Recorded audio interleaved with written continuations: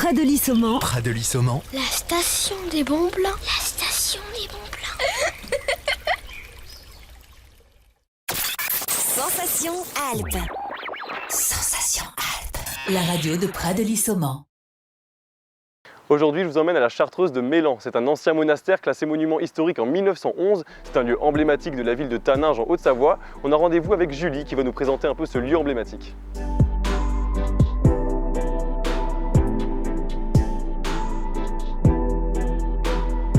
Alors cette année, la Chartreuse de Mélan accueille une exposition qui s'appelle Mélan passé à la loupe, morceaux choisis d'archéologie et qui présente les coulisses de l'archéologie. Derrière moi, c'est le métier du céramologue et on peut y voir des objets qui ont été trouvés ici à Mélan lors des dernières fouilles archéologiques. Et grâce à eux, on peut comprendre des petits morceaux de la longue histoire de la Chartreuse de Mélan et notamment son histoire monastique. Alors, les vitraux contemporains que vous voyez ici ont été installés en 2002, à l'époque où la Chartreuse de Mélan devient un pôle d'art contemporain. Et si vous allez dans les chapelles qui sont de chaque côté du chœur de l'église, vous verrez le travail, là, cette fois, d'Yves Méraud, qui est un peintre haut-savoyard qui a fait les dessins de ces vitraux, mais qui ont été aussi réalisés par Claude Bayon, le maître verrier.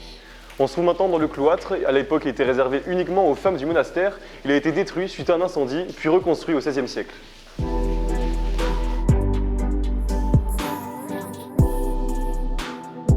Alors, ce cloître est plus tardif que l'église. L'église est du XIIIe siècle, ce cloître est du XVIe siècle. Il était réservé exclusivement aux Chartreusines, qui leur permettaient d'accéder de leur bâtiment de vie, qui se situait là-bas derrière moi. À l'époque, il y avait une porte, jusqu'à l'intérieur de l'église de ce côté-là. Et c'est aussi un des rares endroits où on voit des parties sculptées.